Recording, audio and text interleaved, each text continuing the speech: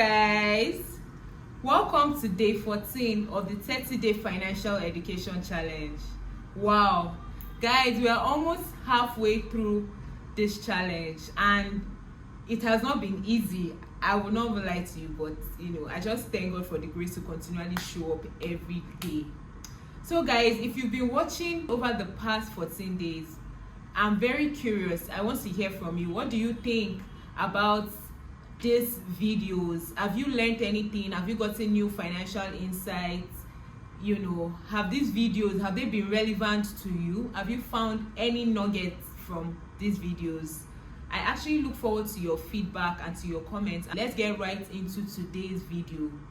Today, we are going to be talking about how to set smart financial goals.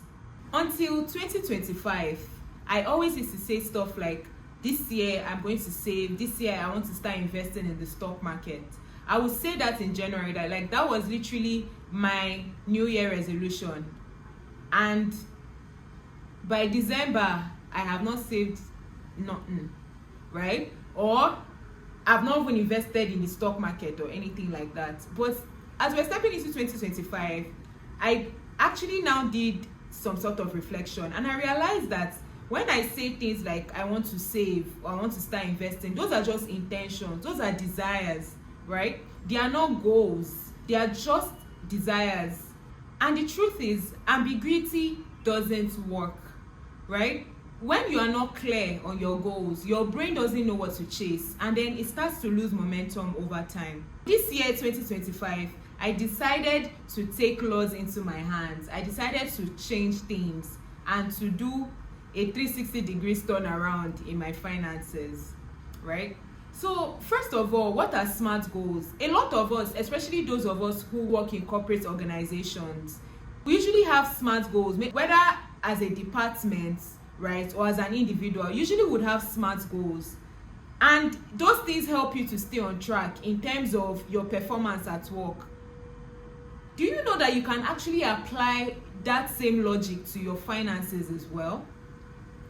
For people who are hearing about SMART for the first time, it's actually an acronym that stands for specific, measurable, achievable, realistic, and time-bound.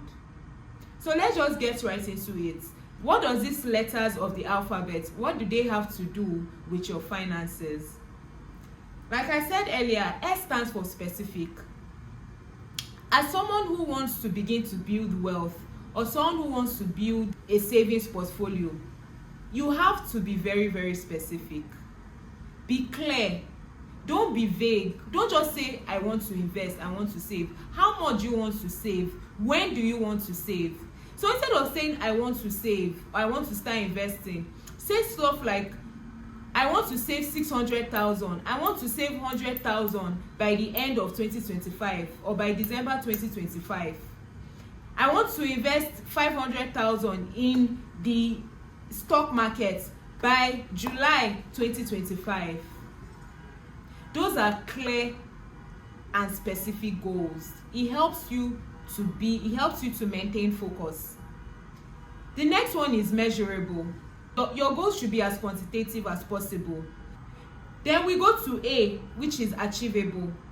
Now guys, this is where you have to be very, very honest with yourself. As we know, these 5 fingers, they are not equal, and everybody's journey is different. Everybody's financial journey is different. What Mrs. A can save is different from what Mr. B can save, because they are living different lives. So especially if you're just starting this journey, you don't want to overstretch yourself, right? So let's say, for instance, you set this goal that you want to save 600,000 naira by December 2025. For instance, let's say we're in January.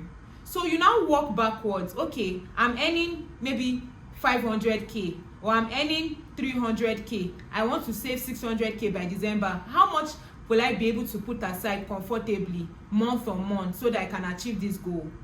You have to make sure that whatever amount you are committing to is something that is sustainable.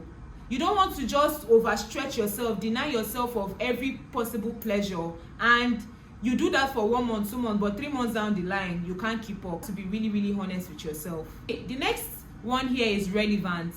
Your goal must be relevant and it must be important to you. Let me give an analogy here. For instance, you have a friend, the person wants to get an iPhone 17. Maybe this person is a gadget freak, or maybe this person actually, uses that phone for maybe creating content or stuff like that. So the person actually, like, there's an actual need for that phone, and this person is saving towards that. Like, there's an actual need for the phone. Now you want to start saving, so you not say, me too, I want to save towards an iPhone, save to buy an iPhone 17. You don't have any need for the phone. You are not even so freaked about gadgets like that. The truth is that you will not follow through.